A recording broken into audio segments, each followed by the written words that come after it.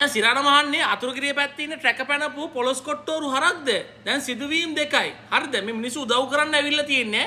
මිනිස්සු කෑම 4000ක් හදාගෙන ඇවිල්ලා බෙදාගෙන යනකොට එකෙක් බයිනවා. මම දැක්ක වීඩියෝ එක එකෙක් බයිනවා. කෑම පරක්කුයිලු. කෑම පරක්කු බබ්බා ඔයා උබ ඔඩ්ඩයක් දාලා ඔයා පික්මි ඔඩ්ඩයක් දාලාද කියලා මේවට පරක්කුද? උම්මා කැටේ එන්න ළඟට පරක්කුව දෙන්න. හොඳට දෙන්න ඕන වාට. වට කොහොමද කන්න කැමති? සඳකොත්තු ඕන වාට. ඩොල්ෆින්ද සඳකොත්තුද? හොඳ එකෙක් හිටියනම් දෙන ඔබට සඳකොත්තු වෙන්න. යකෝ මිනිස්සු තමුන්ගේ ශ්‍රමය වියදම් කරලා තමුන්ගේ ධනය වියදම් කරලා කෑම බෙදන්න වතුර පොදක් අරගෙන බත් ඩිංගිත්තක් අරගෙන උඹලට කණ්ඩ දෙන්න ආවට පස්සේ මේ මිනිසුන්ට ගරු කරපන්. thank you කියපන්. ගොබ්බේ විදිහට හැසිරෙන්න එපා. මේ මං කරුණා කරලා අතුරුගිරිය පොලිසියෙන් ඉල්ලන්නේ, ඒ වගේම පොලිසියෙන් හැමෝගෙම ඉල්ලන්නේ මහත්තුරුනි, නිලධාරී මහත්තුරුනි මේ එන මිනිසුන් බලා ගන්න, මේ මිනිසුන් ආරක්ෂා කරන්න.